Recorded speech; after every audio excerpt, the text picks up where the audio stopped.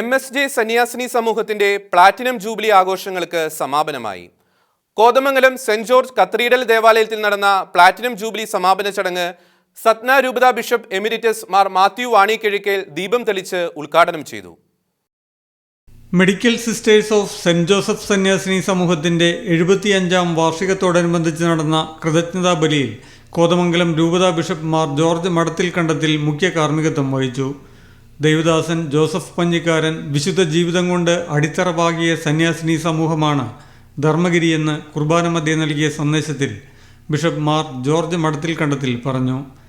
ബിഷപ്പ്മാരായ Mar Remigiose Inchananiyil, Mar Mathew Vaniyakizhakkel, Mar Thomas തറയിൽ, MST general council father Peter Kavumpuram എന്നിവർ കൃതജ്ഞതാ ബലിയിൽ സഹകാർമ്മികത്വം വഹിച്ചു.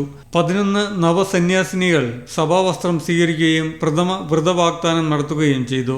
ധർമ്മഗിരി സന്യാസിനി സമൂഹത്തിലെ 10 സന്യാസിനികളുടെ വ്രതവാഗ്ദാനത്തിന്റെ സുവർണ ജൂബിലി ആഘോഷവും വ്രതവാഗ്ദാന നവീകരണവും ഇതോടൊപ്പം നടന്നു. Shekinah news bureau, Kochi.